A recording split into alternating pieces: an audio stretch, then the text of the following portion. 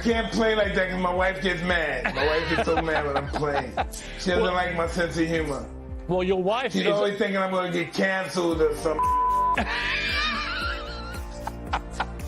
You boasted openly of having 6, 7 partners at once. So is that righteous? I'm not taking there's no moral view from me. On TV, on radio, and on your smartphone. This is TalkTV. Tonight on Piers Morgan Uncensored, a jaw-dropping world exclusive. He's one of the defining musicians of his generation and one of the most controversial people alive. Tonight, I'll go head-to-head with the artist formerly known as Kanye West. From New York, this is Piers Morgan Uncensored. Well, good evening. Welcome to a special edition of Piers Morgan Uncensored from New York. Kanye West, now known simply as Ye, one-on-one. He's one of the defining artists of his generation, with 24 Grammys and more than 160 million records sold. Producer, let's get lost tonight. You could be my Black Kate Moss tonight. Fashion designer, billionaire. The artist formerly known as Kanye West is quite simply a megastar. Ye's 6-year marriage to Kim Kardashian made them both titans of the tabloids. I had to go to LA and come back. So I just traveled to get something for Kim. You got me all of the sex tape back. Thank you for Kanye and for his unbelievable way he does things and the ability to get something done. But lately it's his opinions that have stolen the headlines. First he wore a White Lives Matter t-shirt at a Paris fashion show. Next, he shocked the world with a series of anti-Semitic tirades, including a tweet threatening DEFCON 3 on Jewish people. Now suspended from social media and with his Adidas deal in jeopardy, Ye has doubled down, spreading unfounded conspiracy theories about George Floyd, for which he's now being sued by the family. If you look, the guy's knee wasn't even on his neck like that. Is he malicious? Is he misunderstood? Is he just a racist? Or is he mentally unwell? Tonight, Ye gets a chance to set the record straight. Ye is one of the most influential people on the planet, of that there's no doubt. He's just announced that he's buying the social media platform Parler. He has political ambitions too, and because of his profile, his recent offensive comments have caused global outrage, as well as ongoing speculation about his health. Well, tonight I give Ye the opportunity to explain and perhaps reconsider, or maybe even apologise for, some of those comments. Some of the things he says in this interview are, in my opinion, anti-Semitic and offensive. We're airing them in the context of an interview in which I try to understand why he made his comments, what he really meant by them, and whether he understands the anger that his words have caused. What follows is a gripping, fiery, shocking, sometimes funny, sometimes bonkers interview. And at the end of it, you can make your own mind up about Ye. Ye, thank you very much indeed for joining Piers Morgan Uncensored. My first question for you, I guess, is an obvious one. What do you hope to achieve from our conversation? That right there, being uncensored. In American media, it's very censored. It feels like an episode of Black Mirror a lot of times. So I've put myself across the line, the point of no return, saying, hey, I know they're going to say whatever they want about me. And when I bring up the truth, they're going to say, you didn't get enough sleep. It's because of your health. They're going to call me names for my truth. But these experiences that I'm telling you about are factually things that I've went through and things that I refuse to keep going through and things that I'm not going to let my children go through and things that I'm not going to let my peers go through. No pun intended. Well, look, we are most certainly uncensored on this show, Ye, and I want to give you the time and the platform to really explain yourself, because I think that sometimes sound bites about people, perhaps taken out of context sometimes, can create a very distorted view of what a person really thinks. What do you think, looking back over the last few weeks in particular, what do you think have been the biggest misconceptions about you? Well, I think there's a left agenda to silence anyone that goes against the agenda. Let's go back to Trump running for office back in 2015 everyone that was around me in my industry, in the entertainment industry, told me that my life would be over. I would be on the wrong side of history. I've even had threats to my life for wearing the Trump hat. And it even ended up in, destroying my family and also making it where I have to raise my children differently because I actually am a person that's classified as black. I classify myself as Jew, but a person that's classified that had been given that title in America as black, in America, that I'm supposed to stay in a block of a vote. You never heard the term white vote. So why is there a term black vote? How is that okay? It sounds just as racist as a black drinking fountain. And my dad, called me and said, the thing that the left fear about Ye or makes me the most dangerous is I'm rich. And that's the point. Tupac told me back in the days, you had to get your money right and then you go to war. So I'm going to war. I don't have endless resources. I only have maybe, honestly, only maybe $120 million in my account. But what I'm not going to let happen is I'm not going to let my kids take over Yeezy someday and have a boardroom telling them what to do and talking behind their back. I'm not going to let that happen to my children. So I have to fight right now. And the other powerful icons in black music, when they were at the top of the game, they didn't fight at that point. They were too afraid of losing whatever they had. So people have to understand just the bravery. There's so many people everywhere. I know everyone can relate to being afraid to say what you're going to feel because you feel like you're going to lose something. So whether you agree with me or not, I believe people are going to feel the fact that someone is brave enough to say something. Every day I do 5 things that people have been historically killed for. Every day. And it's just, I want to prove, first of all, I am Jew also. The 12 lost tribes of Hebrew. Do the math. Do your research on it. We have got our culture ripped from us and then told we were just simply void of color, which is another definition for black. But if we knew we were a culture and knew we were a people, the way the Jewish people know, then we wouldn't abort ourselves. We wouldn't shoot each other dead in the streets and then rap about it. We wouldn't brag about, having sex with each other's wives. We would keep our families together and we would do business together. Most dangerous place for a black person in America is actually in our mother's stomachs, because 50% of black deaths a year in America is abortion currently. I mean, I can keep going, but I want to make it, hey, boom, ask me questions, let's go. I don't want to jump in too much, because here's what I honestly think. I think you have an extraordinary mind. You have a number of extraordinary talents. You're a musical genius. You're a fascinating public figure.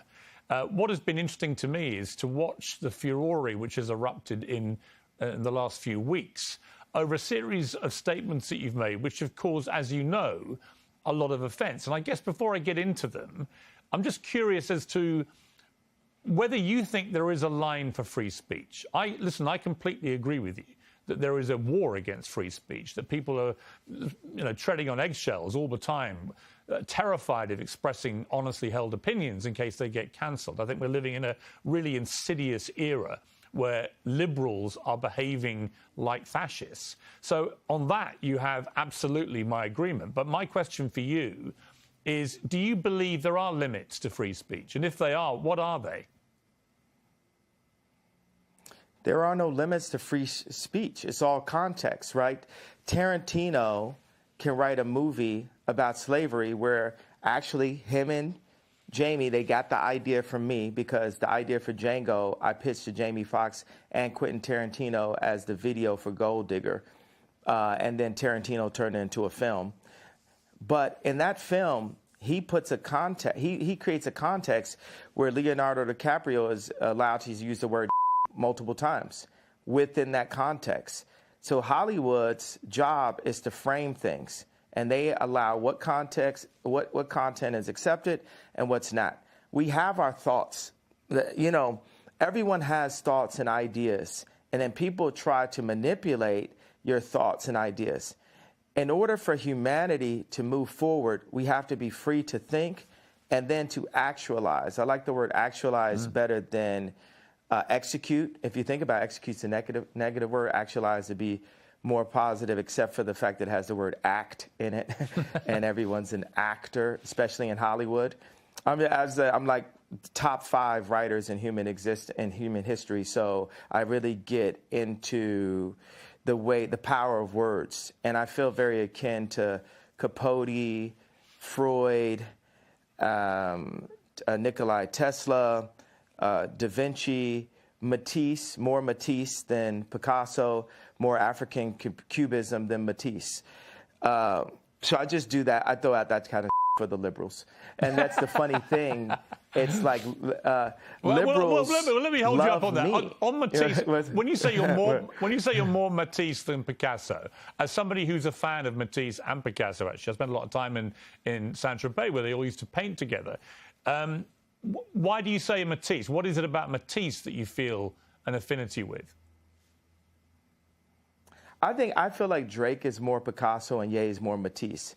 When we talked about, when me and Drake went to do the show last year for prison reform and to bring awareness to the incarceration of Larry Hoover, I sent him articles about the relationship of Matisse and Picasso and the need for these people. You need to have that. You know, I need to go into the bar and go to Starbucks. That's a form of a modern day bar, right? And just hear Drake's song playing back to back. And Drake needs to go into that same Starbucks just in a different city and see people wearing Yeezys. God does this to remind us that we are not God, because when you take people like Elon Musk and Bernard Arnault and Trump or Jack Ma, Putin, you take these people in their own space, in their own environments, you know, we can start to feel like gods on earth, but we are nothing in comparison to God. And we are here actually to love one another and to collaborate and to make the world a better place. There's, 1% of the world are placed in power, and 99% of the world are the audience. So that 1% of the world, this idea of a United Nations, this is the world that needs to come together. This is the world that, here's the obvious go-to. Biden doesn't listen to Elon Musk. The president of the United States does not have meetings with Elon Musk. That is, hey, here, come get me. That's retarded. I know I'm not supposed to say that, Biden, but that's retarded, Biden, and it's and obviously because I've been dealing with mental health, all this, I have the right to use whatever words that I like to use. Well, that's interesting. So ask another question. Well, yeah, let me ask you on that. So you just said something very inflammatory about President Biden. It will, as you know, offend a lot of people, and it will particularly offend people who work in mental health. You say you should not use a word like retarded, but you say that because you yourself have had mental health issues, that entitles you to use that kind of word as an insult. Now, I would say that's an arguable point. I've had my issue is I've had mental health allegations.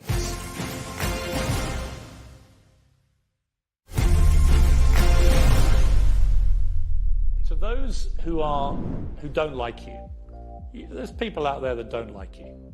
I know you said recently that you were very popular, and I think you said you were the most honest man in the world last week. I'm a very honest man. Was that true? Yeah, I think I'm a very honest man. But to those who don't like you... Much more honest than you, actually. Really? Yeah. I'm pretty honest. Because I don't think you're real. Really? But, yeah, I think I'm a much more honest person in most ways, in most respects. Why am I not real? But we're not going to get into that. Let's finish up the interview. Go ahead. Go ahead. My question was this.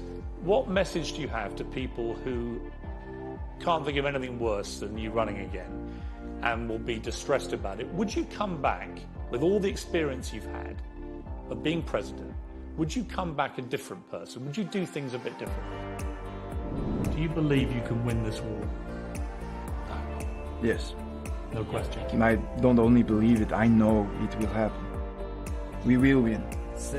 He can occupy these towns and villages, but all of them would be destroyed, because without ruining them, they will not be able to take those places. He's an inspirational leader, and the way the Ukrainian people have come together in these terrible times. I mean, like you say, we've never seen a sovereign nation invaded by a hostile foreign nation since World War II. Cristiano, let me start just by asking you, why are you doing this interview? Because I think it's the time to say something. And because I like you. As simple as that. Well, don't say that in public.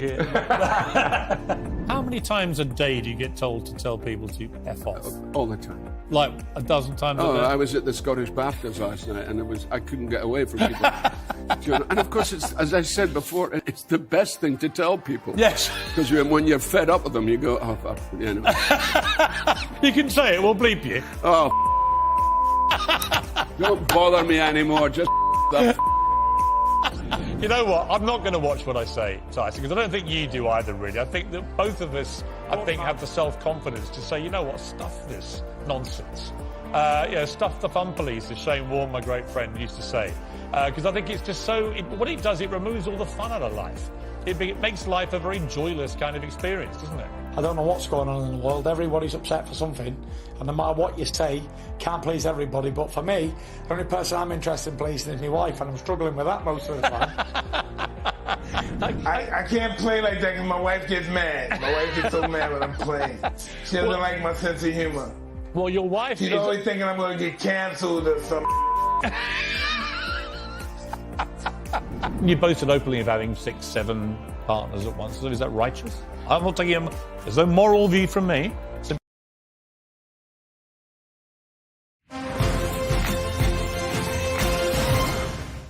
Do you believe that you have any form of mental illness?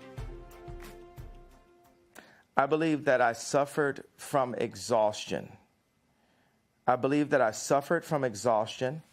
I suffered from being lied to constantly by the people around me. And I believe those things can drive anyone to a point of maximum exhaustion. But I also believe that I'm extremely brilliant, and I'm here to make the world a better place. And I'm tired of the left media trying to pick on me. And y'all picked on me enough, and y'all finally touched the person that's not going to take it anymore. And that's part of the reason why I'm on Uncensored, because what they'd like is for me to be quiet. Interesting thing about racism and cancel culture, it's kind of similar, right? Racism works on itself. I can go into the Gucci store at age 18 and I just assume that people think that I'm about to steal, so I buy more things. With cancel culture, when I brought Marilyn Manson on stage with me when he was dealing with allegations, my stepbrother Marilyn was canceling himself. So many people comment on my White Lives Matter t-shirt.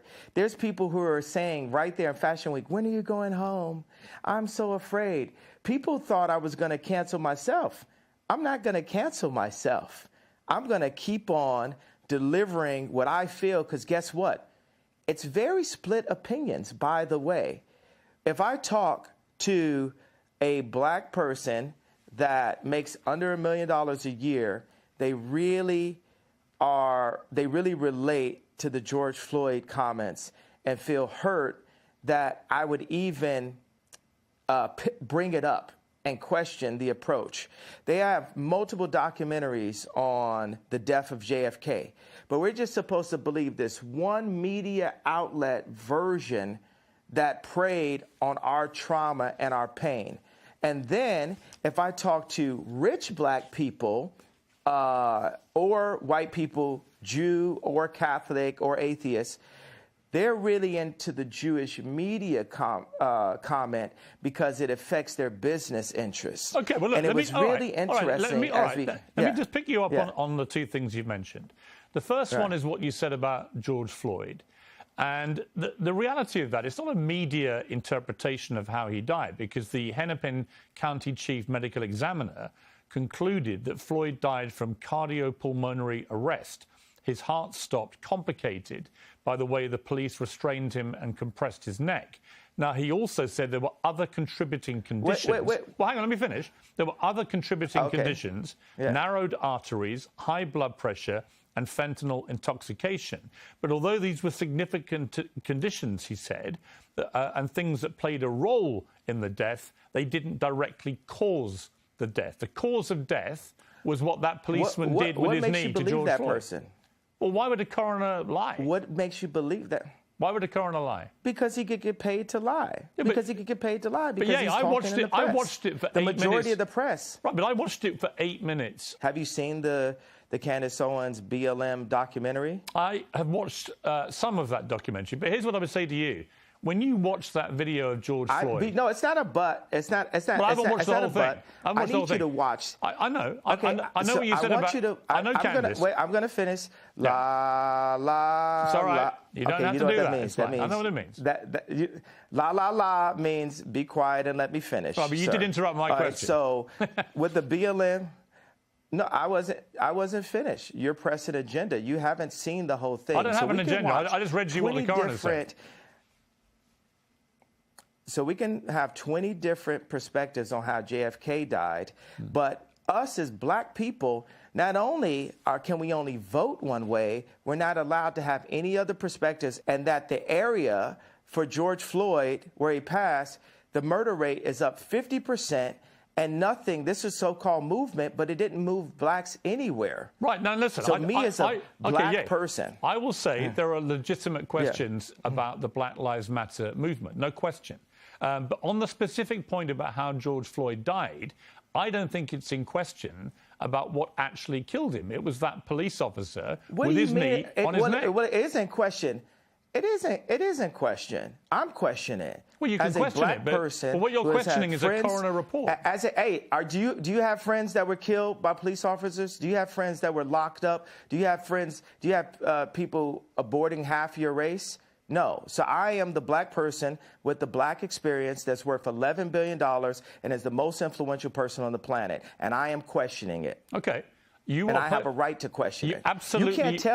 You can't tell me with your accent that me as an American Jew black person that I cannot question that death and question the means behind that was put on camera. I'm not saying you to can't traumatize. I'm not finished. La la la la means let me finish. Okay. I'm not finished talking. So I cannot. See, because you distract my thoughts and then you try to make me look like a crazy person and you feel you have the right to cut me off. And I've proven you guys don't want it with me. This is like Terminator 20. You've never seen this before. So I want no one to play with me. I have the right to question because that videotape was used to traumatize my people and force us into the Democratic vote. Hey, George Soros, you're a real competitor. I respect you. I'm worth more money than you, and I have more influence than you, and have, Piers Morgan from a different country saying, well, I'm not going to do an English accent because that would be racist. I'm funny, by the way. That's fine. I know you can do that. As I said to you, the show is uncensored, Ye. You can say what the hell you like, right? But that doesn't mean I can't pick you up on a few things, right? You accept that. I accept that, but you try to say it is unquestionable because this one Dr. Fauci said this. I know it wasn't Dr. Fauci, but I'm just giving an example where we hear from even Google. Like, people feel like, if you Google it, it's factual. There's so much non-factual information about me on Google, but then I still believe Google. And people pay to get certain information to the top of Google. But this is good. Keep going. Where else you want to go with it? Here's where I want to go. The civil rights lawyer Lee Merritt responded to what you said about George Floyd's death and said, while one cannot defame the dead, the family of George Floyd is considering suit, which they're now doing. As you know, they're suing you for $250 million for Ye's false statements about the manner of his death, claiming Floyd died from fentanyl, not the brutality established criminally and civilly, undermines and diminishes the Floyd family's fight. So what is your response to that? Well, anybody who loses a loved one, my heart goes out to them. Any race, my heart goes out to the pain of that. I have a theory about it. Now, this is not a fact. This is a feeling that I have. In the documentary, George Floyd's 2 roommates said that George kept saying, they want a tall guy like me. They want a tall guy like me. So for me, I'm a creative, right? I can like make a dinosaur out of a femur, right? So if I'm making a dinosaur out of a femur and I'm looking at a documentary that says George Floyd was telling his 2 roommates they want a tall guy like me, and on the day of his death, he prayed for 8 minutes. They said he prayed longer than he ever prayed. What do you think, me as a creative mind, the beautiful mind, right, the sensitive mind, what do you think I feel could have happened in that situation? All right, well, honestly, if I'm being honest with you, I would say that because of your brilliant, beautiful, creative mind, as you put it, and I don't dispute that at all, you've got an extraordinary mind. And I can see that in the way that you conduct interviews. You go off on very long tangents, but they're sort of fascinating. I find it fascinating to listen to you. I'm not saying you don't have a right to question. Sort of, quite. These are like Capote-level fascinating tangents. No, they're not. They're not. I'm just saying it's the way you conduct yourself, and I think that's very interesting. What do you mean? Or not? Why is it? Oh, it's not Capote level. Actually, I think you Capote level. If you would like me to compare you to Truman Capote, I am happy to do that. Yay. If you want to be known as the new Capote, okay. I'm with you, okay? I'm not going to question your talent. Your talent, to me, is completely unquestionable, right? When you question that... Answer the question about the femur to the dinosaur. No, I'm going to ask you a different question. Situation. I'm just going to ask you this. You're not. You're gonna. No, I didn't finish my question. Well, hang on. You can't tell me. You got to answer my question. You can't first. tell me what questions to ask you. You accept that I'm the interviewer. To answer my question. No, I said answer my question. No, I'm interviewing you too. Well, you can't interview me. It's my interview. You're Bono. I'm interviewing you too. See, that's the way we rap. Let me just. You know what I'm saying? No. Let me just put this to you. So no. Hang on. You're trying to avoid. No. La. To put quite a phrase. You're interrupting me now. I'm going to get back to it. All right, you can, but let me ask you. Because you haven't answered my question. Here's my question for you, which you haven't answered. No, I'm not. Don't answer my question with a question. Yeah. I'm not answering anything. I'm going back to my original question in a way, which is simply this.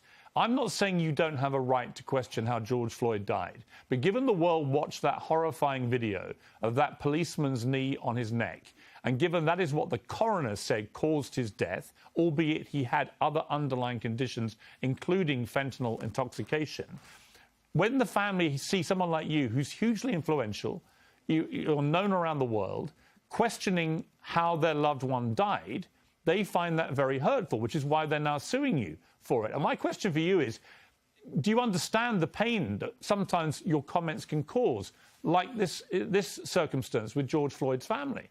Now, I'm going to ask you a question again.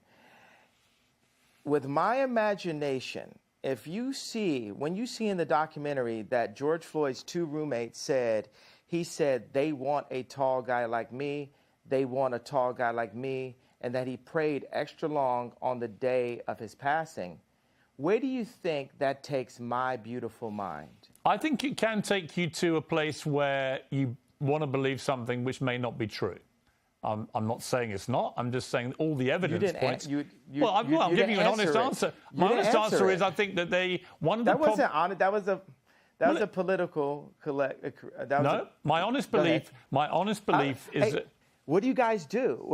People in the newsroom, what are they doing? They're like cringing right now. They're like, whoa. No. We never experienced this before. I'm never experienced I'm not cringing. a black entertainer that won't be threatened by the media to back down from his opinion. Yeah, I think you mistake me. Like you Martin, mistake me for somebody who's going to be like the others. I have a show called Uncensored for a reason.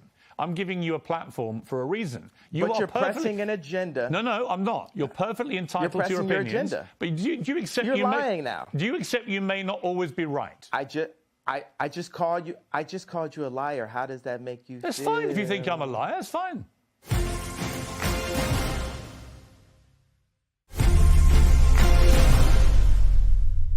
To those who don't like you, there's people out there that don't like you. I know you said recently that you were very popular, and I think you said you were the most honest man in the world last week. I'm a very honest man. Was that true? Yeah, I think I'm a very honest man. That's but to those who don't like you... Much more honest than you, actually. Really? Yeah. I'm pretty honest. Because I don't think you're real.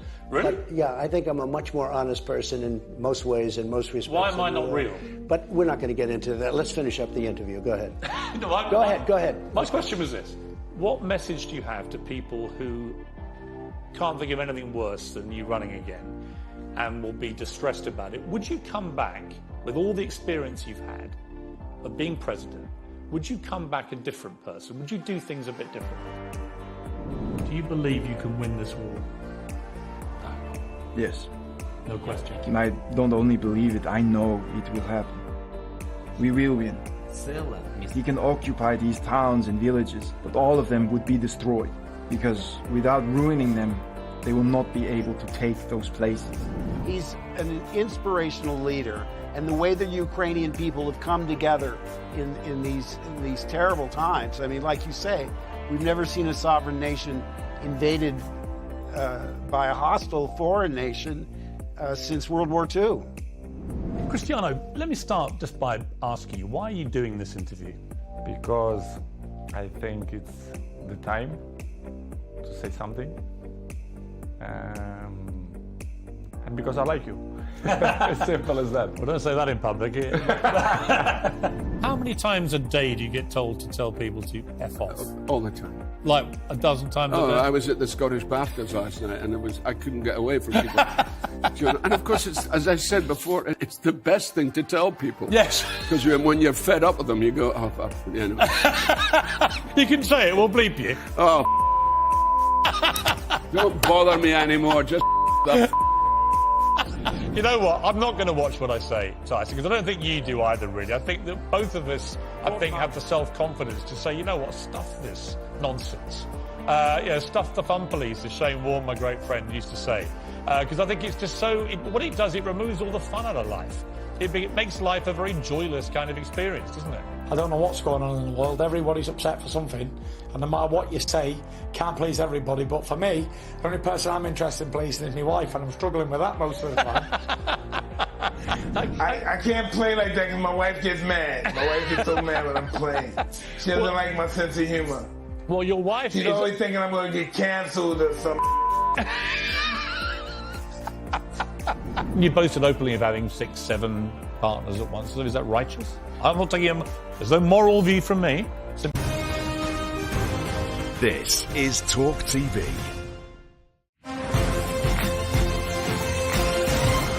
You're a liar. You're pressing the agenda of the pain and trauma economy that is pressed on my people by the left.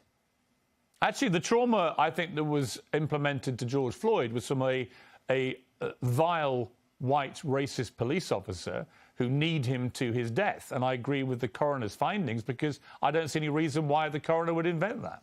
So that's my belief. If you want to challenge that and you don't believe it, that's entirely your right. I have a question. Who do you think are the biggest vile, white, racist? The media.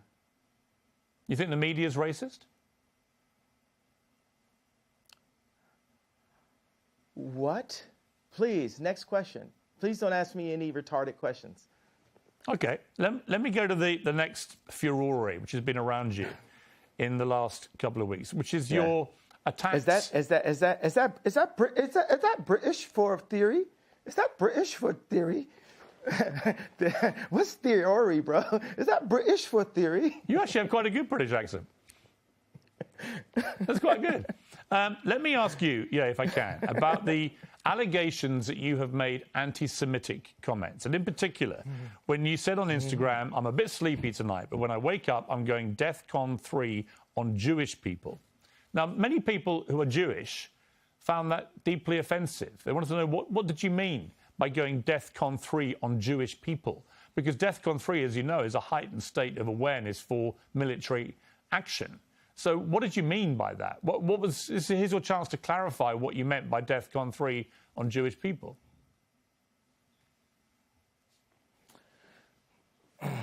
Well, thank you for allowing me to say what I meant due to the fact that I was blocked by Jewish people after I said that. So I wasn't actually allowed to say what I was about to say. But what I was going to say is, I was going to talk about all of the contracts, all of the misdealings that I dealt with as an entertainer. Being that I'm an entertainer, I've been wronged so many times by Jewish businessmen. And the reason why I say people, if a black man is caught in the car with drugs or a gun, and there's 3 other black guys in the car with him, guess what? They're all going to jail. So the reason why I say people is I want those businessmen's wives and fathers, mothers, grandmothers, and kids to ask them, why is Ye so mad at us? Because they're taking money out of my children's mouths. So I'm at a point where I'm frustrated. I have the right to my anger. And I'm saying that people need to fix it. I'm not going to fix what I feel until what I'm feeling is fixed. Okay, can I respond? You're not just going to shut me up and say... No, I'm not going to shut you up. Can I respond to what you've just said? My problem with what you've said, I'll be straight with you, is that if I, as a white man, posted tomorrow on my Instagram, I'm a bit sleepy tonight, but when I wake up, I'm going DEFCON 3 on black people, what would you think? Jew. No, if I said black people, what would you think? If that was what I posted. Well, did you accept that black people, you accepted that black people are Jew? Or I'll come to that in a moment. On the specific, though, if I simply said, in other words, all black people was the implication of what I said, I would get rightly cancelled. I would get rightly vilified and abused. You, I suspect, would be outraged by a white person saying such a thing, because you wouldn't make any distinction about whether I was talking about certain black business people I'd fallen out with or whatever. You would think I was judging an entire populace by the colour of their skin. You are, by saying Jewish people, on Jewish people, you're not saying Jewish businessmen, accountants, whatever, that you've had a problem with. You're basically saying in that statement, all Jewish people, which is why it caused such offence. And I'm curious whether you, even as you wrote those words, understood what Jewish people actually would feel when you said that, and didn't make any specific references to any individuals. Maybe they would feel how all my people have felt. Maybe they would feel the pain of when a black artist looks up and they've completely been raped by 5 Jewish businessmen. And there's multiple accounts. Why does the fact that they're Jewish have anything to do with it? Maybe they would feel like that. But why would you say it just so happens they are? Well, OK, but I wouldn't... why categorise them according to their religious faith, their ethnicity? Why would you do that? Why can't you just describe them as business people that you've dealt with? That's fine, but what you're doing by saying Jewish people, these constant tirades, against Jewish people... Many people find why that... Why are you calling it a tirade? That sounds like you have it... I think it's a tirade. Where's the tirade? That was a tweet. It was a tweet. It's not just a tweet, and you asked me to explain it. And that... Have you felt my pain yet? You haven't felt my pain. You don't want to feel my pain. Well, no, you don't hold You don't hold accountability to my pain. You're being a Karen. I'm talking about... I'm not a Karen. To the pain. I'm not a Karen, and I'm not going to cancel you, and I'm not going to uncensor you. I'm simply going to challenge you on what you're saying. I think you don't understand the pain that you've been causing with some of these comments. And I think that one in particular, I can understand... Oh, my God. God forbid, one comment could cause people to feel any of the pain that my people have went through for years. Even like the blacks being ushered to the left during the civil rights movement. No one has cared about black people. All right. No one is. Let me say, I agree that the racism against black people has been utterly deplorable, shameful, unacceptable, and thank God the world is beginning to move to a better place about the way it has treated black people like you. However, one form of racism doesn't justify... it's almost in a better place. Well, but one form of racism doesn't justify another. It's not a better place. I'm not cutting you off. I'm finishing my sentence so you can respond. One form of racism... It is racism when you say I'm going DEFCON free on Jewish people. That's racism. No, it's not. It is. I thought you had a platform where I could explain how I felt. You don't care about how I feel. You just want to shut me up. You don't want me to say out loud what my people have been going through. I do. Or do you? I do. I'm very happy to do that. So what have my people have been going through? What led me to that point? My point is... What led me, a person, a successful, influential, extremely attractive person to get to that point? I am not doubting for a moment that you will feel genuine pain about the racism against you and other black people in America. Not for 1 second would I deny that. Racism by who? Well, by anybody. I think any form of racism is wrong. Any form of racism is wrong. I didn't say DEFCON on anybody though. You said DEFCON 3 on Jewish people, specifically Jewish people. You didn't say any particular Jewish person. You said basically all of them. That is racism, Ye. And I think if you were honest with yourself, given the fallout from this, you would think again about how you phrased that sentence. Because actually, you didn't mean all Jewish people, did you? The fallout. Given the fallout. Do you care about the hurt you caused Jewish people? What fallout? Well, you were removed from various stuff. You were removed from social media. So the thing is, I want to bring joy to the world. I'm a composer, right? And this is a symphony. Our life is a symphony. We have so many beautiful ideas, but I feel the anti-Semite has been a wall, a cloak that allows Jewish businessmen, boom, I'll only be the police officer that says, hey, this guy with the gun is the only person going to jail. I'll be the first person that does that in history, right? No one else in this car riding with the guy with the gun and the drugs is going to jail. Are you happy? I'll play by rules that are not played by from my people, just for the sake of this conversation. I don't want you playing by any. So I don't want you playing by any. That makes you happy, right? I don't want you to say things just to make me happy. That's what colonizers do. Is give us rules. I'm not trying to colonize you. That's what colonizers do. Is give us rules. I'm not trying to colonize you. I'm not trying to censor you. All I'm saying to you is, when you use a phrase, like I'm going DEFCON 3 on Jewish people. Did you hear what I just said, though? What you've just said is not what you said on your Instagram post, and you know it. Right? If you have a problem with particular businessmen who happen to be Jewish, that is a concern for you. And you know it. So you talk about all Jewish people. But brother, what is the point? Brother, do you want me to grow from the statement? I just told you, okay, I was in a position where I've been hurt, and this is the way I had the right to express myself. The point of this interview is for you to question me and then for me to answer and say, okay, even though the same rules are not applied to my people, if a person with a gun or drugs is pulled over and has 3 other people in the car, they're all going to jail. I'm not going to apply that to Jewish people for the sake of this conversation. Isn't that what you wanted? But you know what you did? You tried to civil rights me. You tried to pull me back to a week ago. But we're here today. There's been plenty of conversations and commentary since that. But you want me to go back to 1960. No. You want me to go back to 7 days ago. All right, let me jump in. Here's what I want you to do. I want you to reflect. Okay, so have we grown? Have we grown? Here's how we grow. Yeah, here's how we grow.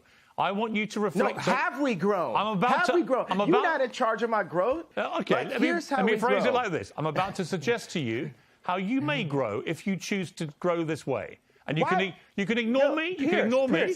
Piers, how much money are you worth? Not as much as you, sadly. Exactly. So take my advice. Maybe you'll get richer. I would love to take your business advice. Why would I listen to you? Well, why don't you hear what my advice is and then work out if I'm wrong? Can we do that deal? Next tonight, my world-exclusive interview with Ye continues.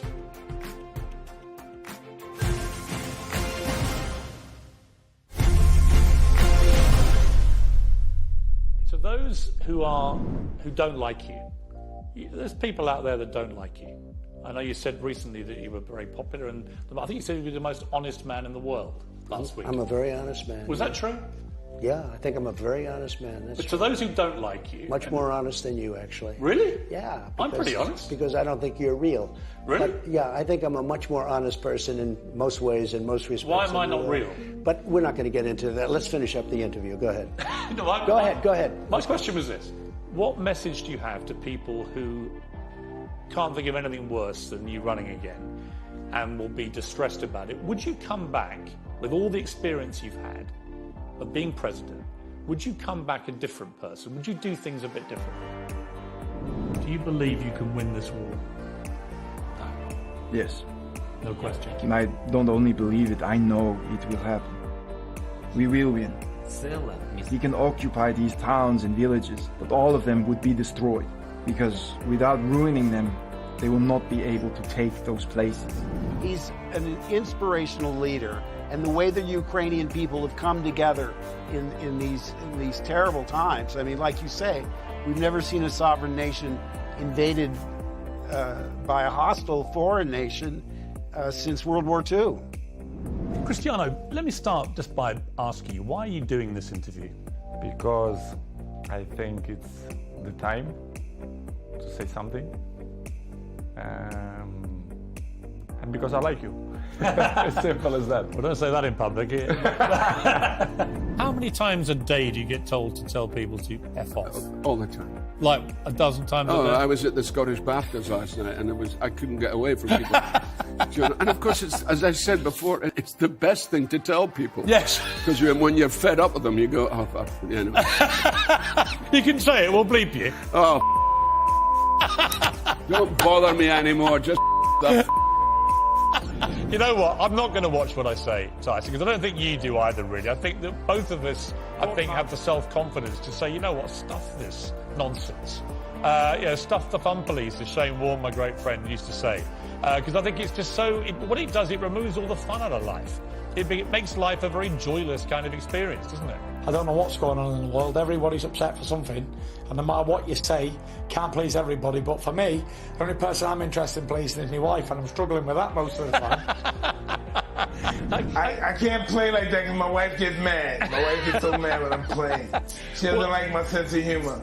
Well, your wife She's always thinking I'm going to get canceled or something. You boasted openly of having 6, 7 partners at once. So is that righteous? I'm not taking there's no moral view from me.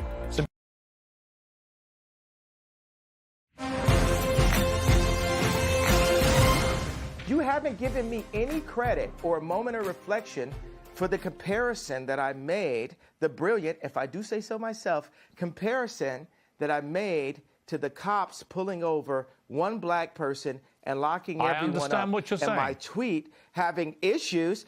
Wait a second, I wasn't done with the sentence. My tweet referring to all Jewish people, I said, for the sake of this conversation, I will refer to the business people who have destroyed me and my people and my fellow creatives. But you didn't even accept that I gave you that. You tried to push me back into 1960. No, I didn't. You tried to push me back into last week. No, I didn't. Okay, do you accept that example that I gave you? I understand completely the example you gave me. I think all racism is wrong. So I feel that we've grown. I would like you to reflect. I feel we've grown. Do you feel we've grown? If you've now changed what you wanted to say originally, my question for you is, do you now regret saying DEFCON 3 on Jewish people? Are you sorry you said that? No. I think it matters. You should be. Absolutely not. You should be. Absolutely not. Yeah, but you should be. Absolutely not. Are the people, the Jewish businessmen that led me to that place, are they sorry for the way they've raped my people? I don't know who you're talking about in particular, but I don't know why you keep having to say they're Jewish. The way, you wouldn't, what is the fact they're Jewish got to do with anything? Why do you keep doing that? What do you mean? They're the Jewish businessmen that did that. Because they're business people. That's what they did. Why do you keep saying Jewish business people? Why do you keep using their religion, their ethnicity? Why do you keep doing that? Let me update it then. Okay. Okay, so I'll say this. Would I have grown into the box you want me to go on if I say to specify the business people that have raped my people that just so happen to be Jewish? I think by doing what you've just done, I find that I'm not even Jewish and I find that offensive. Why do you keep having to do that? I don't think you get it at all. I don't think you understand the offence you're causing when you keep using their religious background, their ethnicity, as a stick to beat them with. Why would you do that? So what are you more concerned about? Or are you more concerned about getting the richest black man of all time to kowtow? Because it's not going to happen. I don't want you to kowtow. You can do what the hell you like. You're a billionaire. You can do what the hell you want. I'm just saying to you that I don't think you quite understand when you talk about. Okay, can I finish? It's not multi. You're a multi-billionaire. Okay, well, congratulations. But that doesn't change the fact that when you insult the Jewish people and say you're going DEFCON 3 on the Jewish people, that is as racist as anything you say you've been through and any pain that you've experienced. It's the same thing. Racism is racism. And you know that, I think, don't you? Yeah, obviously. That's why I said it. So you said it knowing it's racist? Yes. I fought fire with fire. Okay. I'm not here to get hosed down. At least that's honest. A different type of freedom fighter. That's honest. All right. You were racist because you knew it was racist, but you decided to do that because people have been racist to you. Is that your position? No, I'm not. First of all, I can't. What is the beginning? Read the whole tweet. I'm sure you have it in front of it. Somebody in your office has it. Get him a coffee and a yay tweet. What do you want to know? The whole tweet? I want you to read it out loud, sir. I'm a bit sleepy tonight, but when I wake up, I'm going DEFCON 3 on Jewish people. The funny thing is I actually can't be anti-Semitic because black people are actually Jew. Also, you guys have toyed with me and tried to blackball anyone who opposes your agenda. That was the exact tweet. I like reading that whole thing. I can't be anti-Semite. I love Jewish people. I work with Jewish people. Yo, watch this. Watch this. Some of my best friends are Jewish. Right. So you know how that sounds. How many times have you heard that statement? Of course. Of course. Wait. Have we ever heard that term before? But the funny thing is, they are.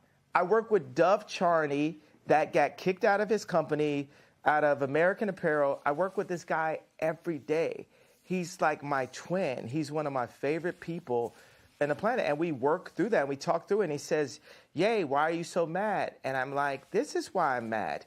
This contract right here, what's going to happen before I'm done, we're going to open up all of the music industry contracts, all of the publishing deals, all of the athlete deals, all of the acting deals, all of the mortgages, all of the deals. But that's fine. But yeah, that's all fine. Business people who we went at. That's all fine. You can do all. But it has to start somewhere. Of course, you can do all that. And when you do that, it has to start somewhere. I hope you won't be judged as a black business person doing it all the time. That people don't phrase it all the time by the color of your skin, but by your business acumen. Isn't that what you would like? Isn't that what equality actually means? Of course I'll be judged by that, because when people come into power, people get judged. You know what I'm saying? Like, there's nobody that gets judged more than a straight white male. The straight white male has the least amount of a platform to even speak. A straight white male can't say, "My wife hurt me today," because people will say, "Well, you're hurting women." A straight white male can't say, "Hey, a black employee didn't come in to work on time," because then people will say you're racist. A straight white male can't speak on a homosexual person because they'll say you're homophobic. And so I empathize with the position of the straight white male. And part of the reason why I empathize with that position is because I know that I'm headed to that position. And what position that is? Top power position. Okay. That's the top power position where you get all the rocks thrown. And that's the thing. I have friends, right, that will actually that's the reason why I'm going to be a good leader someday, because I'm really empathetic. But I call black people out on their stuff. I call white people out on their stuff, because we're all people. We're actually only one species. And in order to, whether it's my friends texting me like, bro, you got to get in the gym. You're looking chubby in the photo. You know, it's like we have to hold each other accountable to what's actually happening. And it's so much is based on you did that tweet wrong. So what I will say is I feel that my words demand more sensitivity for the frequency that I'm operating at and and the amount of people that I'm communicating to. And I take that responsibility right now. But I will also say everything happens for a reason. Because if it had been perfectly worded in English, and because there's nothing whiter than English itself, right? I'm already not speaking in my mother tongue, right? So if I had perfectly worded it in the most sensitive way, then we wouldn't be here right now. Now we're opening up the conversation. Like I'm not allowed to say whether or not I'm running for office in 2024, but I'll tell you what, if the left, let's say the left would have never supported me anyway. And now I've got to call to attention, I am who you should support. The left did not allow Trump to be president. They treated him like he wasn't even the president. So even then he won, he was losing half of the American people every day, and it divided the country. What I'm saying, whoever goes into office, for British media, for American media, we must support our leaders and not just run this hyper negative. You know what I will, and black people hate when I apologize for this. When I see people like John Legend and Chrissy Teigen talk down on the president, I'm like, wow, that kind of sounds like me. That kind of sounds like the telethon. I opened up this level of disrespect towards our leaders. And people were happy. And the left saw that and say, well, let's just have every celebrity do what Ye did at the telethon. So I take responsibility for that moment. And you know what? I just want to give every Jewish person a big hug. Also, I'm envious of the Jewish people. I'm envious of how they don't abort their children. I'm envious of how they don't shoot each other in the streets and then rap about it. I'm envious of how their families stay together. I'm envious that they turn their phones off on Friday night and the family comes together. I'm envious of how they do the business together. And I want that for the darker Jews. I want that for the black people. I want that. We need that. God said we should remove the word want, right? Okay. We're going to have that. Okay. And this is the beginning of it. But it seems to me, and correct me if I'm wrong, but it seems to me that you are acknowledging, as you've just acknowledged that it was wrong to say what you said about President Bush when he said he doesn't care about black people, and that may have encouraged all this disrespect towards presidents since. I think it's an interesting point you made.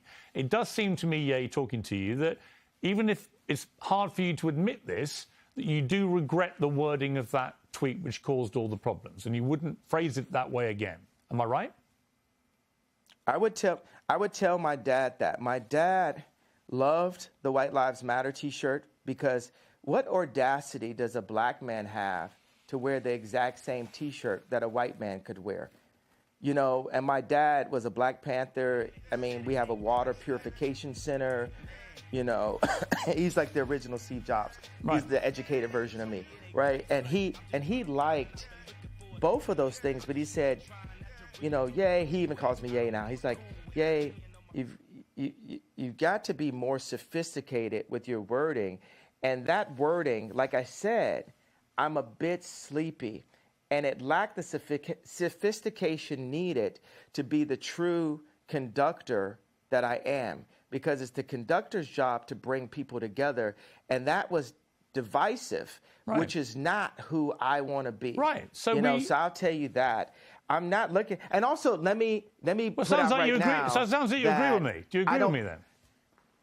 I want to talk. Okay, let me say that I'm just thinking right now. What's on my heart is the idea for people who do actually have severe mental health issues. You know, the word retarded. For, you know, there's parents that have children who actually are mentally ill, and that word is really offensive, right, to those people. So why use it? And just because I was feeling it's a couple reasons. Because people call me retarded. They treat me like I'm retarded. And so I embrace it. It's like you call somebody a so much, they say, I'm You call somebody a bitch so much, they say, I'm a bitch. You call somebody a retarded so much, you say, I'm retarded. Like, I was exhausted, and I embraced the idea of having a serious mental health issue. But Noah also, but Moses was basically on speed when he was doing what he did. Let me ask you, by the way, look, out of interest, yeah. how much sleep do you get a night? I'm not here to talk about how much sleep I get. Well, I don't owe you that. You've literally just been talking about how much sleep do you get a night? I had about 5.5 hours last night, actually. Not very much. But you're the one that's raised this issue. And I probably had the same. Right. My question is only I probably because... had the same, but it's only because you've been talking about you don't believe you have a mental illness. You think it's lack of sleep. So I think it's an obvious question to ask, well, how much sleep do you get? Are you constantly sleep deprived? Is that one of the reasons, perhaps, sometimes, as you say, you feel sleepy and you shoot from the hip verbally and you say stuff that maybe when you're rested, you wouldn't say it the same way? Would that be fair? Tell me what's... Okay, no, it's not fair, because what's more important, the pain and the truth of what I'm talking about and what led me to that tweet, or the tweet itself? I think both can be true. Because the problem you have is, I think you've acknowledged... You have one tweet. I think you've acknowledged that the wording of the tweet was offensive. Years. Yes, I understand, but you know the damage it caused, and I think... I understand that was offensive. And I think that you have accepted you probably shouldn't have phrased it that way. You as a white person are so stuck on the idea that what I said was offensive, which is a very caring approach. You're not sticking on the fact. You have not unpacked what happened with those contracts. I've said that, but you didn't ask me another question about it. That means there's an agenda. Absolutely not. Inside of your platform. I have repeatedly said to you that I'm sure I do not disbelieve that you've had contract business issues with various managers, accountants, and so on.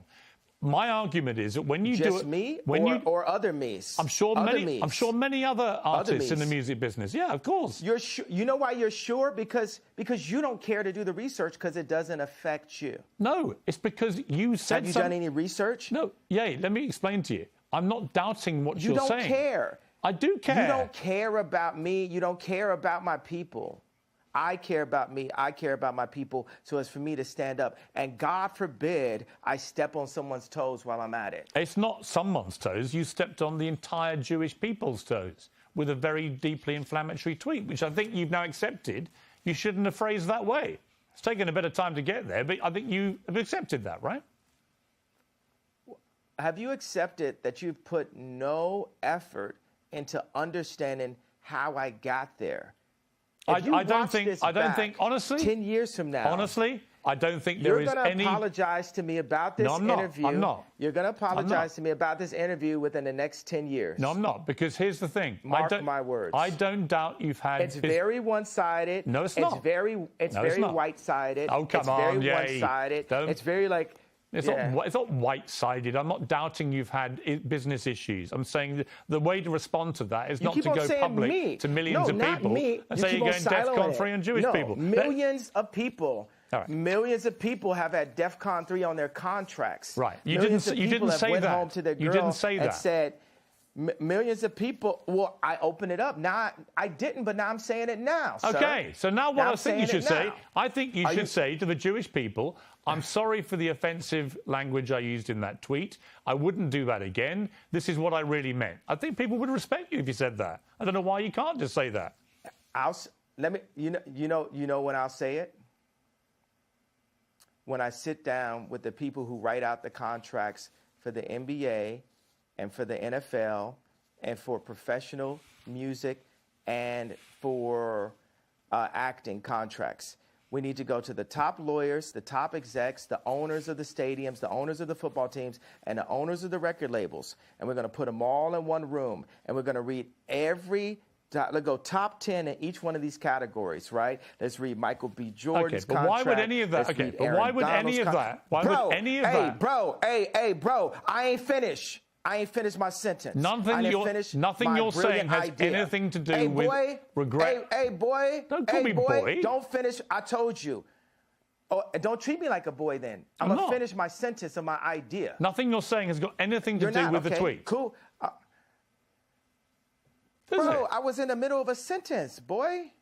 Okay, so are you going to allow me to finish my sentence? Yes. If you then answer my question. Okay, so I'm going to tell people when I would apologize for the tweet. This is what has to happen first. I need all of the top executives in Hollywood.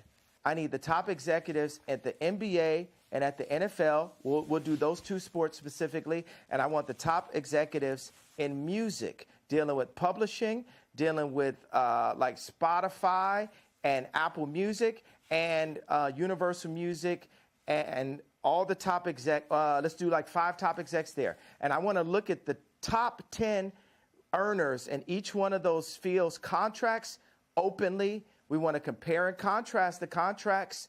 And then once we open that conversation, and we need to do it on a platform live with lawyers asking questions, and we'll have the top lawyers like a Johnny Cochran, Robert Kardashian level legal team, looking at all of these contracts together. After that moment happens, then I will say, I'm sorry.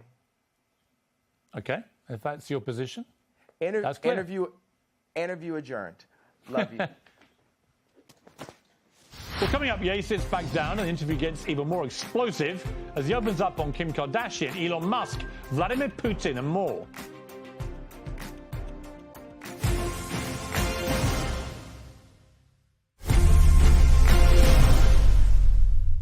To those who don't like you, there's people out there that don't like you.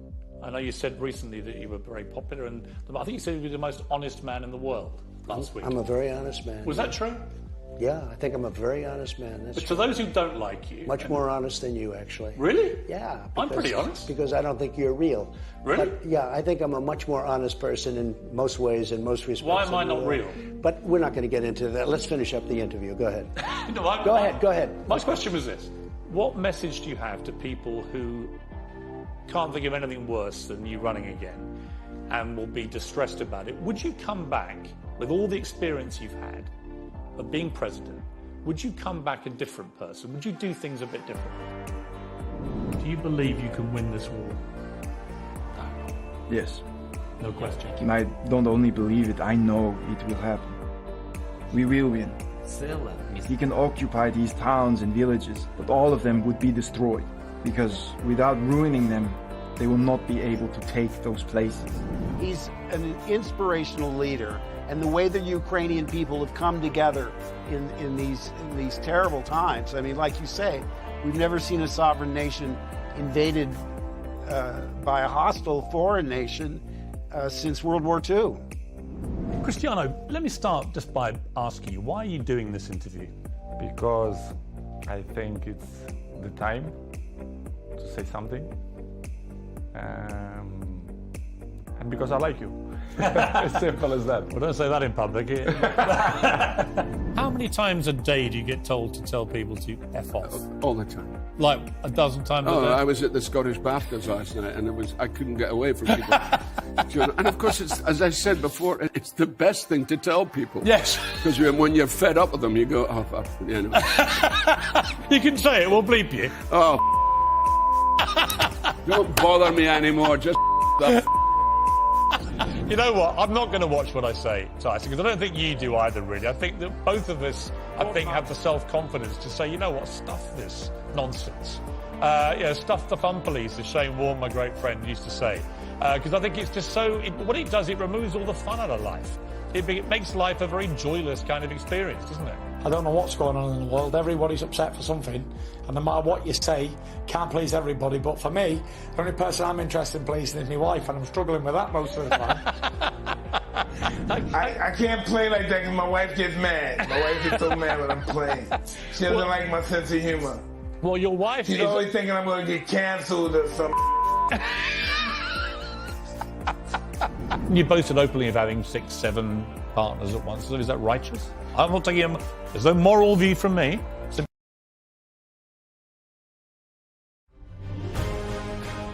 On TV, on radio, and on your smartphone. This is TalkTV.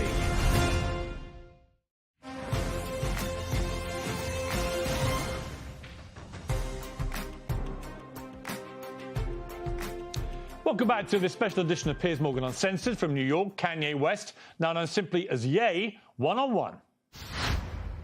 Ye, thanks for sitting back down. I'll change the subject now.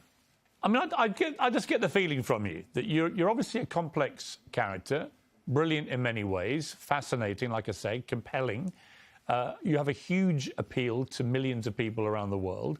It just seems to me that occasionally your mouth gets you into trouble and that perhaps on reflection, sometimes you look back and wish you hadn't said things. Is that accurate? Nah, not really. Because the things I say are on behalf of God.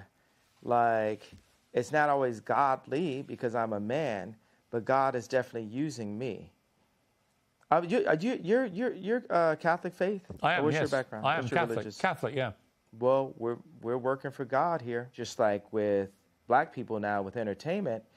We're coming into wealth, but all the other, black people with anywhere near my amount of wealth would never cross the lines of, taboos inside of the media that I would, that actually we used to in rap. All these words, we used to say these, so it's all these like words that are being removed from our vocabulary, words that evoke emotion. Don't you feel like the salt is being taken out of our food? Look at Dune. The people who control the salt controlled all the money. And people are trying to control the salt, and it's salt in our language. That's why I will not apologize for having a bit of salt in my words. I will say, hey, this can be improved on, but it's like, hey, look, I'm going to update. You're looking at the God's iPhone 100. We are God's iPhone, right? If you think about it, we're his favorite creation. We were made in his image, and we need updates. And society, capitalism, media, and thought police have been stopping us from our updates. Think about, for a homosexual kid, age 12 at school, not wanting to say out loud how he felt, or feeling like if he said how he felt, he would get bullied. Or what if he said how he felt, and then somebody said, you said the way you felt, and what your experience was in the wrong way. Now you need to apologize. We're fine that you felt that way, but you need to apologize for the way you said it. But just having the courage to do it in the first place would be, that's the thing that needs to be given credit. Like, yeah, you know what? We'll say in these past 2 weeks, I made a big splash. Because the first time you dive in the deep end, you're not going to look like an Olympic swimmer. But we're going to have to learn how to swim. And I've dived in the deep end. Okay. I think I understand what you're saying. Let me ask you about your family. Yeah, lots of speculation, of course, constantly. If you understand what I'm saying, could you translate what I'm saying? Yes. I want you to translate what I said. I know what... And then let's move on to the next question. Okay. Let me attempt to translate. What did I mean by that? I think what she meant was that you are not afraid to ruffle feathers. You're not afraid to cause trouble where you feel it's justified. You're not afraid to call people out who you think deserve to be called out. But that occasionally you've expressed yourself in a way that perhaps hasn't quite hit the right mark, and that you are work in progress, as indeed we all are, and that you could phrase things better, which would cause less offence to a wider number of people, when in fact the target of your anger may be much more specific. That would be my interpretation of what you've just said. Do you think that we can move forward as a civilization without there being any offense? Because one person's truth can be the other person's lie. I think it entirely depends. It's like, I think it entirely depends. Honestly, look, part of me wants to say yes to that, but I do think there is a line, and we should all be mindful of the line. And the line to me is, I don't think any form of racism or perceived racism should ever be tolerated. I don't think that is free speech. It's just hate speech. And I think one of the problems with what you said about the Jewish people was the more generic way that you phrased that sentence. People didn't understand you were talking about specific business people you'd had a problem with. They thought you genuinely meant you were going DEFCON 3 on all Jewish people. And they took that to be a blatant form of anti-Semitism. I think you've explained in this interview that was not your intention at all, which is good.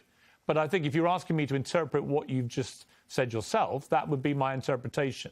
That, you know, you're work in progress, and sometimes you say stuff I didn't just which explain. doesn't quite get over what you're really meaning. But what I really mean is, I don't want it to be settled. I don't want to be forgiven by Jewish people until we get to what the problem really is. I don't want, you know, like Elon, he got on Twitter, he said, I talked to Ye, he took it to heart. And I liked my boy standing up for me, but I was like, but the fight isn't done though. Everybody, white media, left media, they just want to squash the fight. They want to keep the pain of George Floyd going, right? But they don't want the pain of our representatives. What did Elon Musk say to you about the tweet, out of interest?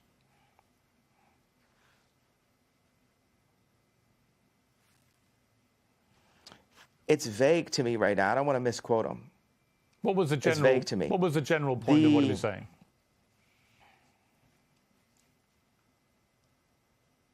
It's vague to me. It's truly vague to me. I'm an honest person. I tell you what it was. But I keep on saying it's just always about this tweet. It's so much more. If you look back at this interview, and it's like a direction arrow, it's more in the direction of fixing the statement than fixing the problem. I think both. And that's my problem. I understand, but I would say to that I think they're two different things, and you can fix both actually.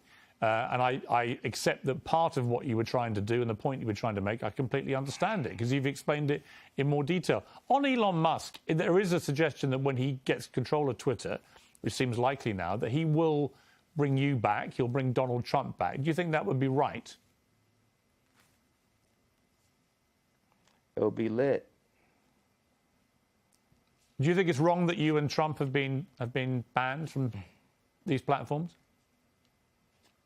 Absolutely. I was talking to Trump a couple of days ago, and he was like, I'm not going to do his voice, right? But he was saying, I had 277 million followers, and the next day I had nothing. And that related to, Mark Zuckerberg, Meta. Mark Zuckerberg thinks he is the government. These tech companies feel they're more powerful than the U.S. government, to the point of actually kicking the actual president of the United States off of an American social media platform. This is the world we live in.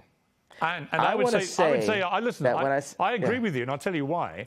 I think it's completely inconsistent that companies like Facebook and Twitter allow people like the Ayatollah of Iran, for example, to remain on the platform, or Taliban people to be on the platform, but they don't allow an American president. That seems to me completely ludicrous.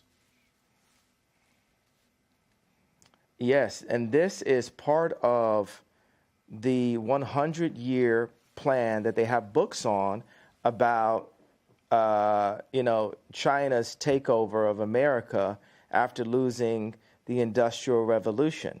Now, let's talk about business people. We won't refer to their race. And by the way, I'll tell you, as a Jew person, a person that has a lot of Jewish friends, it's not a race, it's a people. Right. And every Jewish homeboy I know is going to be like, yo, yeah, that's right. So, but it's hard to it's hard to influence patriotism on capitalists. And it's a responsibility for us as Americans to retake our power in media, to retake our power in our schools, to retake our power in our farms, to retake our power in our medicine, in our hospitals, to revitalize the country, because America invented rock and roll at the end of the day. We have the inventions. America created Apple. You understand? Like, we created the platforms that the world runs on now, and we've allowed the business people in these companies to sell us, and whatever the term is, sell them in a handbag, whatever it is, for cheap. And Americans are God-fearing, for the most part, God-fearing Christian people, and we're not cheap.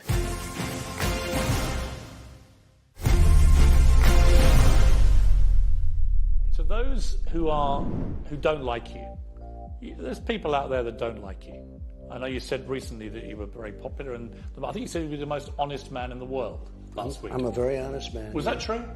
Yeah, I think I'm a very honest man. That's But true. to those who don't like you... Much more honest than you, actually. Really? Yeah. I'm pretty honest. Because I don't think you're real. Really? But, yeah, I think I'm a much more honest person in most ways, in most respects. Why am I not real? But we're not going to get into that. Let's finish up the interview. Go ahead. No, Go ahead. My question was this. What message do you have to people who can't think of anything worse than you running again and will be distressed about it? Would you come back with all the experience you've had of being president? Would you come back a different person? Would you do things a bit differently? Do you believe you can win this war? Yes. No question. And I don't only believe it, I know it will happen. We will win. He can occupy these towns and villages, but all of them would be destroyed, because without ruining them, they will not be able to take those places. He's an inspirational leader, and the way the Ukrainian people have come together in these terrible times. I mean, like you say, we've never seen a sovereign nation invaded by a hostile foreign nation since World War II. Cristiano, let me start just by asking you, why are you doing this interview? Because I think it's the time to say something. And because I like you. As simple as that. Well, don't say that in public. How many times a day do you get told to tell people to F off? All the time. Like a dozen times a day? I was at the Scottish BAFTAs last night, and I couldn't get away from people. And of course, as I said before, it's the best thing to tell people. Yes. Because when you're fed up with them, you go, oh, you know. You can say it, we'll bleep you. Oh, don't bother me anymore, just You know what? I'm not going to watch what I say, Tyson, because I don't think you do either, really. I think that both of us, have the self-confidence to say, you know what, stuff this nonsense. Stuff the fun police, as Shane Warne, my great friend, used to say. Because I think it's just what it does, it removes all the fun out of life. It makes life a very joyless kind of experience, doesn't it? I don't know what's going on in the world. Everybody's upset for something, and no matter what you say, can't please everybody. But for me, the only person I'm interested in pleasing is my wife, and I'm struggling with that most of the time. I can't play like that because my wife gets mad. My wife gets so mad when I'm playing. She doesn't like my sense of humor. Well, your wife She's always thinking I'm going to get canceled or something. You boasted openly of having 6, 7 partners at once. So is that righteous? I'm not taking him. There's no moral view from me. I want to ask you about your family. Yeah. Because you mentioned families there. A lot of stuff has been written about you and your family. A lot of it fueled by you, by Kim, by others.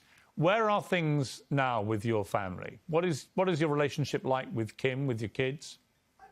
Kim has Zionist media handlers surrounding her, all in and out her Hulu TV show, all in and out her family, all in or out the house that I created for my family. But God is alive. The devil is a defeated foe. And Kim is a Christian woman, and she's not here just to have content up on adult channels. She's not here just to have that last Interview magazine cover. If you look at the 2 Interview magazine covers, look at the one when I was there and look at the one when I'm not there. And that's the reason why this Tuskegee experiment of such that's happened to the black community, where they took the fathers out of the home and the leaders out of the community and have torn apart the community. Now they've seen that's worked, and they're doing that to America. They're attempting, they're trying. I mean, that it's interview, not gonna work on our dime, the though, interview because magazine cover you're talking about, I think, is the one where she was basically semi-naked in front of the American flag. And I thought that was pretty distasteful, actually. It was about the American dream, and I thought, well, if that's the American dream, we're all screwed. And I agree with that. And I didn't feel the platform to voice my opinion, because I want to. It's always like, hey, this is your kid's mother. But it's time with the leaders. Like, I'm still the priest of that home, Chris. I'm still the priest of that home. They want to make it this matriarch society, all that, and But I am the priest of this home, and God is alive. I am the living Robert Kardashian, and I'm going to stand up for what God would want as a Christian. And then people say as a Christian, oh, you're not supposed to curse. You're not supposed to have righteous indignation. But I do. Christians had swords also. Christians got guns, I tell you that. So. But do you talk to Kim? I mean, there have been reports, that you and Kim don't really talk at the moment. She's distancing herself from you because of the stuff you've been saying must get in controversy. Is that true? I mean, John Legend is distancing himself from me and buying more Christmas sweaters in the middle of spring also. So I'm not saying that, they're making the right decisions. She's being influenced. But I guarantee you what's not finna happen, we not finna see her in one of them John Legend Christmas sweaters no time soon. But do you talk to her? Are you still in touch with her? Wait a second, don't you think it's like funny to make a joke out of stuff sometimes? Don't you think God has a sense of humor? Of course. But watch this. God, when I got married, I bought this house. I did this tour and spent all the money I had on this house to surprise Kim and give her this house that she wanted, that Lisa Marie Presley used to own. And then I got the house, and then I put all this money into renovation. And then there goes the neighborhood. Drake moves down the street 5 blocks. And that's when I knew God was funny. But watch, this is where God is even funnier. Here goes Louis C.K. Part 2 level, because Louis C.K. is the funniest man alive. Uncancel him now, right? Are you sad that you're no longer together, that you're divorced? We'll always be together. She dresses exactly like me. What do you mean? Like my kids are me. There's no person that she'll ever get with that will influence her more than God and then her priest on earth, which is me. Whether it's the Skims clothing line, the designers, the architects, all those people. You got the Clintons, the left, utilizing what we built together to try to use her as an influence for the black culture and the word culture in general for the next elections. They need those 300 million followers from Kylie and Kim on their side going into their election as they push trauma culture to the black people again, as they claim any of my questions of business dealings to be anti-Semitic comments, and push, Kim to, as a billionaire mother of a lawyer and a mother of 4 Jew black children, to do covers like Interview.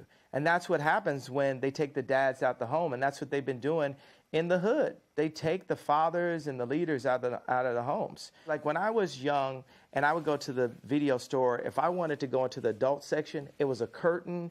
It was a person sitting there watching, making sure that kids didn't go in. If the kids went into that section, there was a video camera. And they would have you be escorted out of that section. Now that section is forced through TikTok and in so many branded commercials to confuse children and to sexualize our children way too early before they can even make their own decisions about their life. You make some very interesting points again. Just to clarify one thing, though, you are actually divorced, are you? Because my understanding was that you weren't actually divorced yet. I ask God the same question some mornings. am I divorced, God? am I divorced? Because I might be divorced on paper, but I'm not divorced of the idea of being the protector of not only this person who is so influential. Imagine Kim making all of her decisions that she does publicly. You know, grown folks' business is grown folks' business. Never know what could happen with a little sippy or whatever. But, you know, all the decisions that she makes publicly being based on an audience of one. And Piers, what audience do you think I'm saying that is? Well, you mean God? God. So picture the most influential person on the planet, the most influential woman on the planet, performing in public only for that audience of one, for God. Imagine the overwhelmingly positive effect that will have on the planet. And mark these words, it will happen someday. Okay. And I had this thing. I had this, like, you know, of course I'm divorced, and this is like a funny thing I thought. Being that her name is no longer West, and my name is no longer Ye, if there was ever, being that her name is no longer West, and my name is now only Ye, if we were ever to be together again, what would our name be? Kim Ye. Would you like that?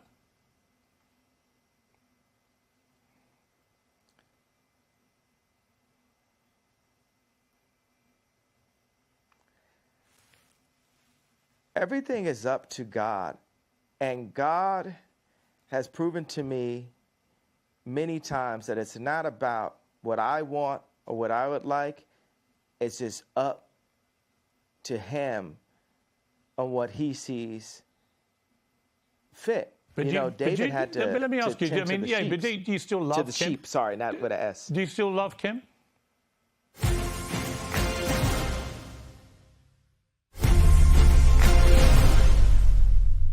To those who don't like you, there's people out there that don't like you. I know you said recently that you were very popular, and I think you said you were the most honest man in the world last week. I'm a very honest man. Was that true? Yeah, I think I'm a very honest man. That's but to those who don't like you... Much more honest than you, actually. Really? Yeah. I'm pretty honest. Because I don't think you're real. Really? But, yeah, I think I'm a much more honest person in most ways, in most respects. Why am I not real? But we're not going to get into that. Let's finish up the interview. Go ahead. Go ahead. My question was this. What message do you have to people who can't think of anything worse than you running again and will be distressed about it? Would you come back with all the experience you've had of being president? Would you come back a different person? Would you do things a bit differently? Do you believe you can win this war? Yes. No question. And I don't only believe it, I know it will happen. We will win. He can occupy these towns and villages, but all of them would be destroyed, because without ruining them, they will not be able to take those places. He's an inspirational leader, and the way the Ukrainian people have come together in these terrible times. I mean, like you say, we've never seen a sovereign nation invaded by a hostile foreign nation since World War II. Cristiano, let me start just by asking you, why are you doing this interview? Because I think it's the time to say something. And because I like you. As simple as that. Well, don't say that in public. How many times a day do you get told to tell people to F off? All the time. Like a dozen times a day? I was at the Scottish BAFTAs last night, and I couldn't get away from people. And of course, as I said before, it's the best thing to tell people. Yes. Because when you're fed up with them, you go, oh, you know. You can say it, we'll bleep you. Oh, don't bother me anymore, just You know what? I'm not going to watch what I say, Tyson, because I don't think you do either, really. I think that both of us, have the self-confidence to say, you know what, stuff this nonsense. Stuff the fun police, as Shane Warne, my great friend, used to say. Because I think it's just what it does, it removes all the fun out of life. It makes life a very joyless kind of experience, doesn't it? I don't know what's going on in the world. Everybody's upset for something. And no matter what you say, can't please everybody. But for me, the only person I'm interested in pleasing is my wife, and I'm struggling with that most of the time. I can't play like that because my wife gets mad. My wife gets so mad when I'm playing. She doesn't like my sense of humor. Well, your wife She's always thinking I'm going to get canceled or something. You boasted openly of having 6, 7 partners at once. So is that righteous? I'm not taking him. There's no moral view from me. So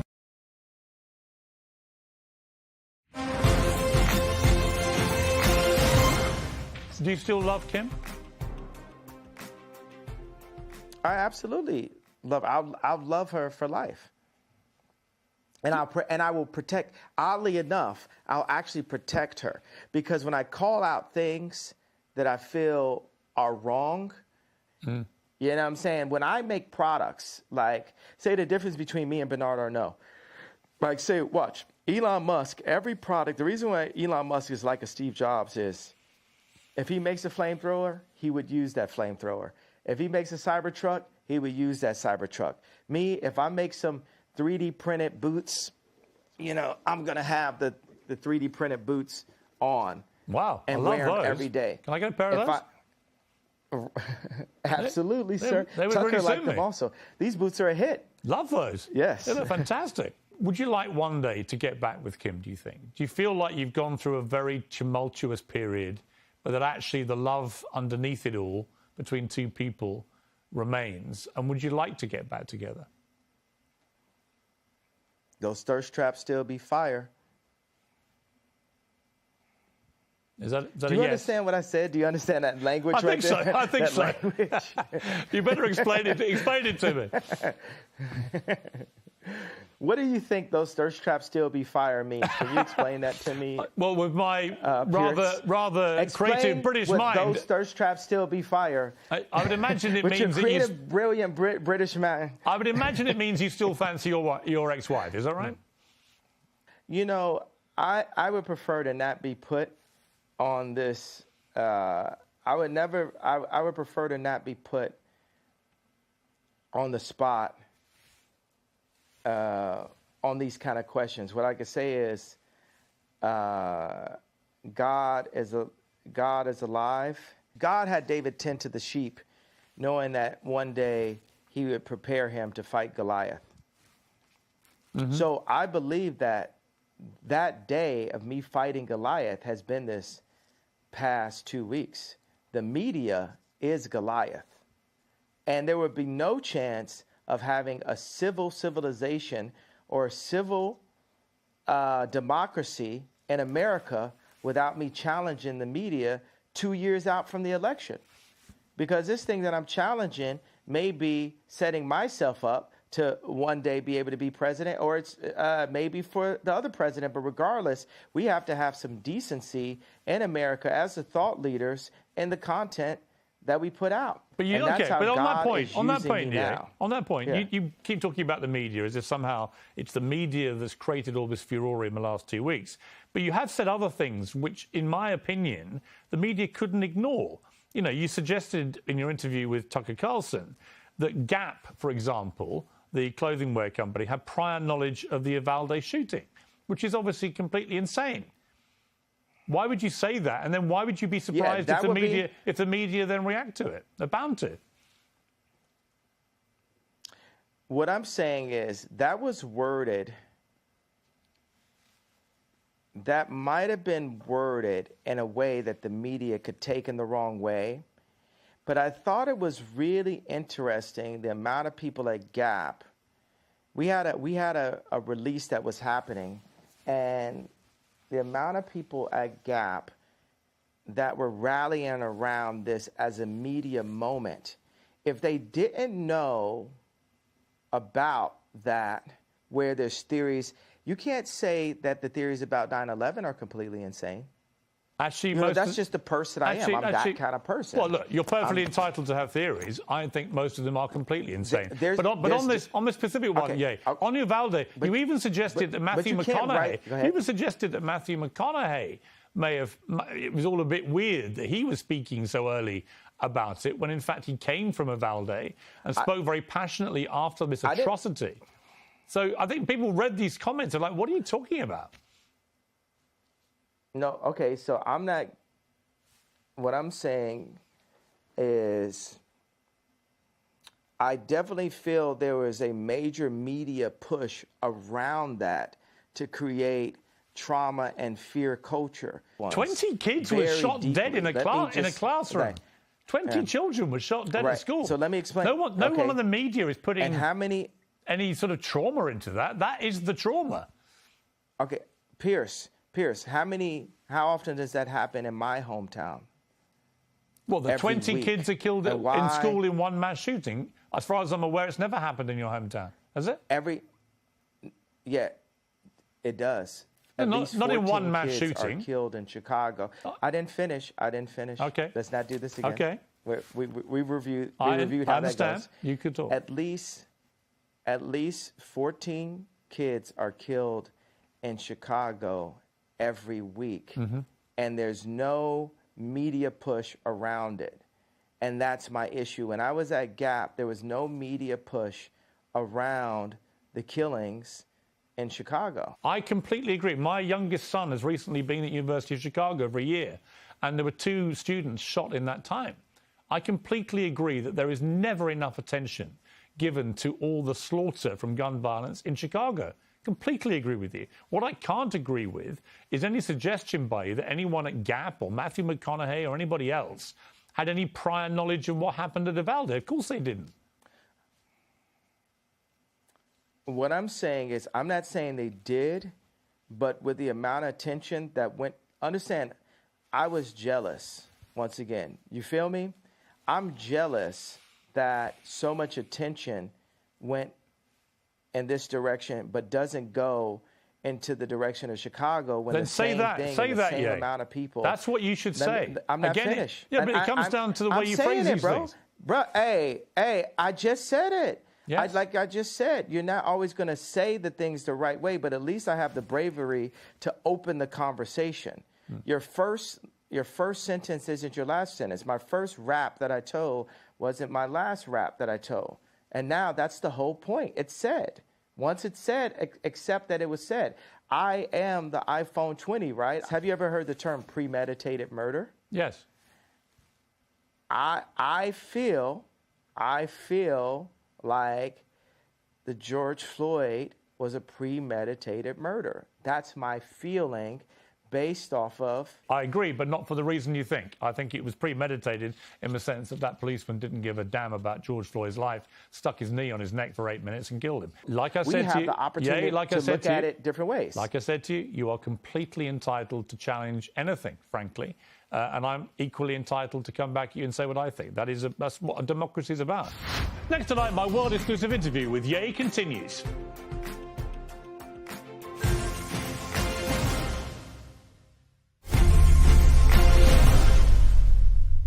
To those who don't like you, there's people out there that don't like you. I know you said recently that you were very popular, and I think you said you were the most honest man in the world last week. I'm a very honest man. Was that true? Yeah, I think I'm a very honest man. But to those who don't like you... Much more honest than you, actually. Really? Yeah. I'm pretty honest. Because I don't think you're real. Really? But, yeah, I think I'm a much more honest person in most ways, in most respects. Why am I not real? But we're not going to get into that. Let's finish up the interview. Go ahead. No, Go ahead. My question was this. What message do you have to people who can't think of anything worse than you running again and will be distressed about it? Would you come back with all the experience you've had of being president? Would you come back a different person? Would you do things a bit differently? Do you believe you can win this war? Yes. No question. And I don't only believe it, I know it will happen. We will win. He can occupy these towns and villages, but all of them would be destroyed, because without ruining them, they will not be able to take those places. He's an inspirational leader, and the way the Ukrainian people have come together in these terrible times. I mean, like you say, we've never seen a sovereign nation invaded by a hostile foreign nation since World War II. Cristiano, let me start just by asking you, why are you doing this interview? Because I think it's the time to say something. And because I like you. As simple as that. Well, don't say that in public. How many times a day do you get told to tell people to F off? All the time. Like a dozen times a day? I was at the Scottish BAFTAs last night, and I couldn't get away from people. And of course, as I said before, it's the best thing to tell people. Yes. Because when you're fed up with them, you go, oh, fuck, you know. You can say it, we'll bleep you. Oh, don't bother me anymore, just You know what? I'm not going to watch what I say, Tyson, because I don't think you do either, really. I think that both of us, have the self-confidence to say, you know what, stuff this nonsense. Stuff the fun police, as Shane Warne, my great friend, used to say. Because I think it's just what it does, it removes all the fun out of life. It makes life a very joyless kind of experience, doesn't it? I don't know what's going on in the world. Everybody's upset for something, and no matter what you say, can't please everybody. But for me, the only person I'm interested in pleasing is my wife, and I'm struggling with that most of the time. I can't play like that because my wife gets mad. My wife gets so mad when I'm playing. She doesn't like my sense of humor. Well, your wife She's always thinking I'm going to get canceled or something. You boasted openly of having 6, 7 partners at once. So is that righteous? I'm not taking there's no moral view from me.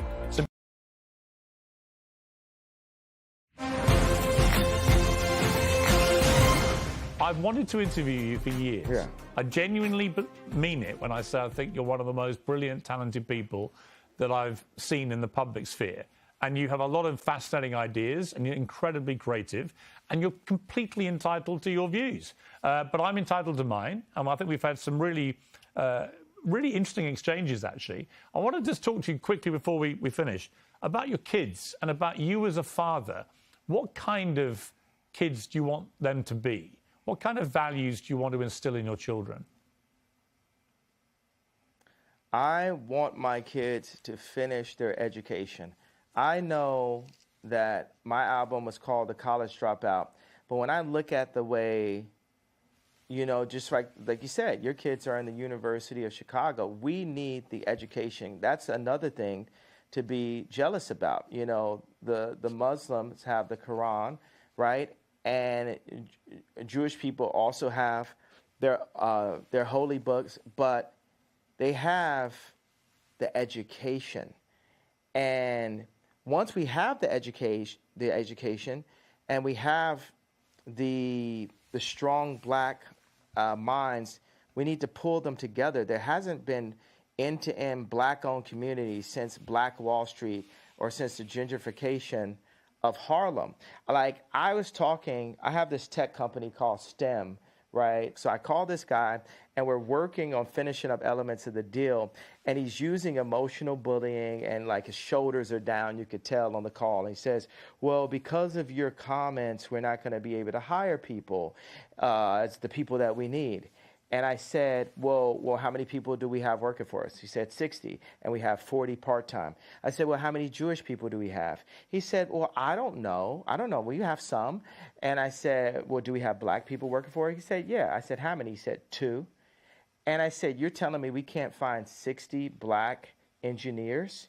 Well, yeah. And see, that's where that comment that got me into so much trouble forced me to look at myself as the richest black man since Mansa Musa, right, with multiple tech companies. And where am I kicking the tires inside of my own company to ensure that I'm hiring my people? Because Chinese people hire Chinese people, and Jewish people hire Jewish people, and Catholics hire Catholics, right? But with blacks, we'll give our company to Bernard Arnault. We'll give our company to Mark Zuckerberg. We'll give our company away. Kamala is our never again. We're never going to just hand something over just because we like the way this person looks, and we have the emotional connection because she was a Delta and my mom was a Delta. She got 96% of the black female vote. You would have thought Drake was running, and we haven't seen her really honestly since. And I want to say something about the left. The left, you guys got to sit with me. Your current administration that these guys put up, they the pot on this one. They should have got Bernie, but Bernie had too much of a conscience. And so you got a guy with no conscience. Instead of getting Bernie Sanders, you guys got Weekend at Bernie's. I won't disagree with you about. I don't disagree with you about President Biden or Kamala Harris, for that matter. Let me ask you about someone we haven't mentioned, Vladimir Putin, and what he's been doing in Ukraine. What is your view of that? I do not believe in war, and I believe that there is ways that America could have avoided this war. But Biden has money. Biden has reasons for us to be at war right now for selfish reasons. And what I would like to do, without giving you too much information, I would like to speak with my political advisors to give you the exact information. I'm not going to, hey, watch this one, Piers. I'm not going to shoot from the hip on this one, especially talking about war and things as sensitive as Ukraine and the Russian war. No, we already got that the RETARD comment earlier that maybe we could work on that I feel like is going to be massively offensive, and I really do. Now that one, I do apologize to people that I offended earlier in the interview on that comment. Maybe we could look at scrubbing that if we deem. Well, actually, if we'd like to. I would say yeah, this: it's an uncensored interview. You said something which you've now wished you hadn't said, and you've apologized. I actually think that says a lot about you, right? That shows you've got that ability to be self-aware, to understand when you cross a line. I think someone like you, with all your energy and creativity and your passion, you're going to say stuff. The way that you talk constantly and in such an extraordinary manner, you're going to trip up. You're going to say things the wrong way. I don't think there's anything wrong in when you do that, doing what you just did and saying, look, I'm sorry, I crossed a line, I apologize. It's actually quite empowering. You know what I think? You know what I think I'll go ahead and do? I feel that I've given the platform, and I think by holding the idea of an apology hostage is not godlike. Correct. I feel like we have to free. Yeah, you know, and I think that's the point that you've been making. And because we sat down and had this conversation, you know, I will say I'm sorry for the people that I hurt with the DEFCON, the confusion that I call. I feel like I cause hurt and confusion. And I'm sorry for the families of the people that had nothing to do with the trauma that I had been through, and that I use my platform where you say hurt people. And I was hurt. I was frustrated. And I want to say that it's wrong to hold an apology hostage. And I got to let go of that and free myself of the trauma and say, look, I'm just going to give it all up to God right now and say to those families that I hurt, you know, I really want to give you guys a big hug. And I want to, I say, I'm sorry for hurting you with my comments. And I want to word it in not in like a political way, but in a presidential way, which means what I knew a president to be when I was growing up, in a sincere way. You know how people give those kind of, I want to give an apology, and you're like, but did you? You know what I'm saying? Yeah. Like, no, it has to be, I want to go to every person's grandmother and grandfather and every person's son and daughter, aunt and uncle, and give them a hug and say, you know what? I've been hurt, and I do want you to talk to your boys. I do want you to talk to the people that are in power, the people who do own the black voice, the people who do own the the vote, which a lot of Jewish business people do. And I want to be able to sit at the table with the contracts. I want my people to sit at the table with the contracts. I do want all of this, but I'm not going to hold my apology hostage till I get that. I'm going to start by taking accountability for my actions and the lack of sophistication in my wording. Like I said, I was sleepy, and it was taken in a way that I didn't mean to be taken. It definitely caused some attention. But I don't want the conversation to go away just because I came to you guys and said, you know, I understand how I hurt you, and I'm sorry for the pain that I've caused and the confusion that I caused. Now, that is said, right? But I don't want the conversation to go away, that we are still in a place where these contracts are still my people are still getting screwed. This has to be opened up.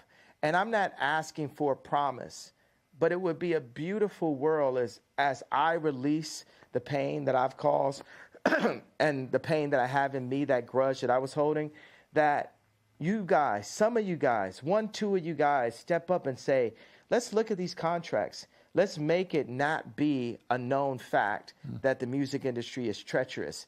Let's make because some of my kids do music. You know, I don't want them to step into a treacherous place. I want it to be better for them than it was for me. So I want us to sit down and come together and really work on that. Would that make sense to you, Piers? You know what, Ye? If you'd simply said that in your tweet, I don't think there would have been any problem. And I'm very, very pleased, actually, that we've got to a place where you felt able to say that. And I think it was sincere.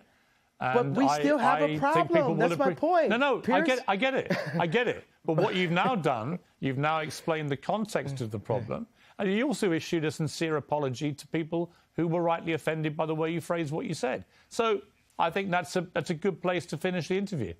And I'm very glad you got there. Okay, but it's not finished. I understand. The idea is not finished. I understand. That there's still a problem. I understand. No one's going to be in any doubt there's a problem. And by the way, I'm sure there is. I'm sure that a lot of the contracts in the music business are rigged against people like artists like yourself. I'm sure of it. I mean, it's always been the case from Elvis onwards. So I get Piers, it. Would you help me and my people? Would you help me and my athletes? I got so many athletes that go to my school that are like all the guys that are on Donda are headed to the NBA, right? Could you help me? Could you help us make these contracts better for our people by calling attention, by just allowing me on your platform, right? And let's look at some of the things and point these things out. Could we work together on that over the next couple of years? Very happy to do that. Yeah. Very happy to do that. I think we should talk more often. All right. It's taken a long time to get here. I've thoroughly enjoyed our conversation. It's been 2 hours. It's been free-rolling. It's been occasionally challenging. But we've got to a place where I think is a good place. And I've really enjoyed it. So thank you very much indeed, Ye, for sparing me the time. Yeah. You know I'm going to feel like I lost my stone I was holding. Yeah. Yeah. But I had to give it up to God. You know what I'm saying? Like, yes. You know, you're gonna be bragging. You're gonna be bragging at dinner tonight, like, yo, I talked to Ye. No one could do it. No one could do it. I did it. And you know, I'm giving you this, and I'm gonna pray that you, as a fellow believer in Christ, will help me to expose all the wrong that's still currently happening to my people, specifically in the entertainment industry, because honestly, I'm very happy. To start with. I'm very happy to hold anyone to account who is behaving improperly, honestly. And I'm absolutely certain that entertainment business is riddled with people who try it on and exploit people. And I would be very happy to help you to expose that. But for now, I've got to leave it. Ye, we've had 2 hours. It's been remarkable. Thank you very much for your time. Peace. Well, that's it for tonight. An extraordinary interview. Whatever you're up to, keep it uncensored.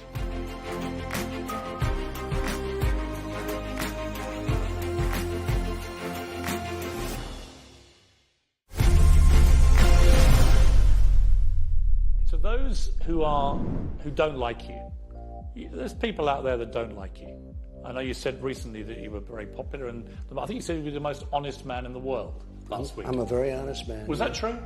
Yeah, I think I'm a very honest man. But to those who don't like you... Much more honest than you, actually. Really? Yeah. I'm pretty honest. Because I don't think you're real.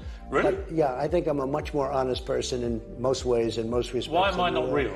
But we're not going to get into that. Let's finish up the interview. Go ahead. No, go ahead. My question was this. What message do you have to people who can't think of anything worse than you running again and will be distressed about it? Would you come back with all the experience you've had of being president? Would you come back a different person? Would you do things a bit differently? Do you believe you can win this war? Yes. No question. And I don't only believe it, I know it will happen. We will win. He can occupy these towns and villages, but all of them would be destroyed, because without ruining them, they will not be able to take those places. He's an inspirational leader, and the way the Ukrainian people have come together in these terrible times. I mean, like you say, we've never seen a sovereign nation invaded by a hostile foreign nation since World War II. Cristiano, let me start just by asking you, why are you doing this interview? Because I think it's the time to say something.